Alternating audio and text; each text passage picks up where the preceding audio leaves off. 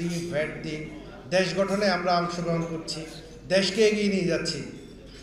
আমাদের এই লাইসেন্সধারী আইএসপির উপর একজন সন্ত্রাসীর হামলা, তাও সে ইন্টারনেটের ব্যবসা করে এবং সে অবৈধভাবে কোনো লাইসেন্সবিহীন একজন ইন্টারনেট ব্যবসায়ী এই সাদ্দাম হোসেন।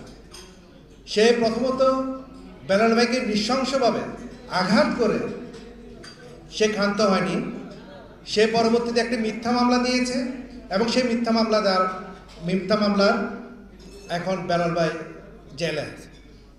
আমরা এই ঘটনার তীব্র নিন্দা জানাই। চট্টগ্রাম আইএসপিবি থেকে আমরা বেলাল ভাইয়ের মুক্তি চাই এবং এই মুক্তির জন্য আমরা যা করার আমরা আমাদের এখান থেকে সেটাই করব।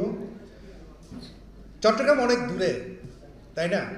রাজশাহী থেকে অনেক দূরে আমাদের এখানে, কিন্তু বেলাল ভাইয়ের জন্য আমাদের সহানুভূতি এখান থেকে আছে। আমরা সবাই, আমাদের সামনে মিডিয়াও আছে, মিডিয়ার মাধ্যমে আমরা বিটিআরসির কাছে আহ্বান জানাতে চাই, আইএসপিবির কাছে আহ্বান জানাতে চাই, এই ঘটনার যেন একটা সুস্থ তদন্ত হোক এবং সাদ্দাম হোসেন যেন তার শাস্তি পেয়ে যায়। আমি আরও কিছু বক্তব্য এখানে রাখতে চাই, সেটা হচ্ছে যে অবৈধ ব্যবসায়ীদের ব্যাপারে। আপনারা সবাই জানেন, এটা আমাদের জন্য আসলে লজ্জাজনক একটা ব্যাপার। অবৈধ ব্যবসায়ীগুলো অ্যাকচুয়ালি আমাদের থেকে ইন্টারনেট কানেক্টিভিটি নিয়েই তারা গ্রো করেছে। সো এই যে দানব আমরা তৈরি করতেছি, এই যে ফ্র্যাঙ্কেনস্টাইন আমরা তৈরি করতেছি, এটা একটি সময় রাজশাহীতে, পরে আস্তে আস্তে দেখা যাবে ঢাকা, চট্টগ্রাম, কোথাও থেকে কিন্তু আমরা মুক্ত পাবো না। আলহামদুলিল্লাহ, আপনাদের সবাইকে ধন্যবাদ। আমাদের চট্টগ্রাম জেলাতে আমরা সবাই ভ্রাতৃত্ববোধের মাধ্যমে সুন্দরভাবে ইন্টারনেট ব্যবসা করি। আমাদের এখানে কোনো পেশি শক্তিকে আমরা কখনোই প্রশ্রয় দিই নেই। আমি চট্টগ্রাম বিভাগের আহ্বায়ক হিসাবে কাজ করতেছি বিগত 4 হতে 4.5 বছর।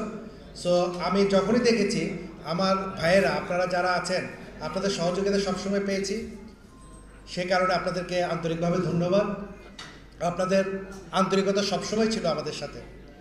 আমি আইএসপিবি ঢাকা সেন্ট্রাল কমিটিকে আহ্বান জানাবো যে এই ধরনের ঘটনার যেন আরেকটি না হয়, রিপিট যাতে না হয়, সে ব্যাপারে আপনারা এখন থেকে চিন্তাভাবনা করুন।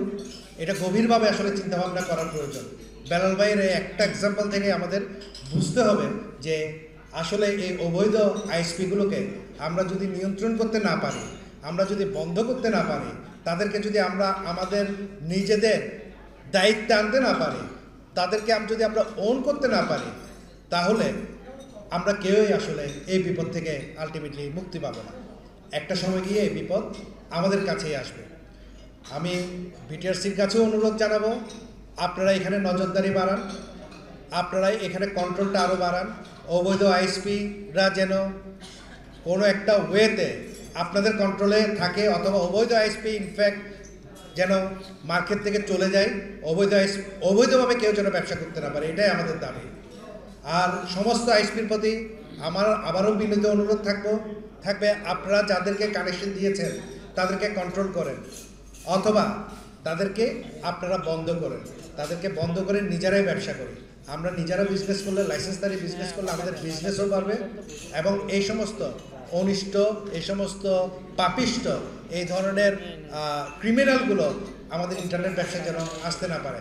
কারণ এই ব্যাপারগুলো যখন আলটিমেটলি পত্রপত্রিকায় যায়, নিউজে যায়, জনসাধারণ যখন দেখে, তখন আমাদের ইন্টারনেট ব্যবসায়ীদের প্রতি কিন্তু তাদের একটা ক্ষোভ জন্মায়, একটা ঘৃণা জন্মায়, তারা আমাদের ইন্টারনেট ব্যবসাকে থেকে মনে করে যে এটা একটা সন্ত্রাসী বিজনেস। এই ধারণা থেকে মুক্তি পাওয়ার জন্যই, আমাদের নিজেদের ইন্টারনেট ব্যবসা বড় করার জন্যই আমাদেরকে অবশ্যই গভীরভাবে চিন্তা করতে হবে। কোনো একটা নিয়ম নীতির মাধ্যমে আমাদেরকে এই অবৈধ আইএসপিগুলোকে আমাদের কন্ট্রোল করতেই হবে। সেটি আজ হোক, কাল হোক, বাট আমার মনে হয় যে এটাই ইমিডিয়েট করা দরকার। অন্যান্য আমাদের আইএসপিতে অনেক প্রবলেম আছে, আপনারা জানেন। লাইসেন্স নিয়ে আমাদের প্রবলেম আছে, এখন বিটিআরসির কিছু নীতিমালা নিয়ে আমাদের প্রবলেম আছে। সব কিছু এক সাইডে রেখে এই ব্যাপারটা এই ব্যাপারে আমাদেরকে কঠোরভাবে হস্তক্ষেপ করতে হবে, কঠোর কিছু নীতিমালা নিতে হবে। প্রয়োজন হলে সবাইকে ডাকুন, সবাই সমস্ত আইএসপি বসে আমরা চিন্তাভাবনা করি যে সারা দেশে ব্রডব্যান্ড আইএসপিতে আমরা কীভাবে এটা পেশি শক্তি মুক্ত রাখতে পারি, সন্ত্রাসের থেকে আমরা মুক্ত রাখতে পারি।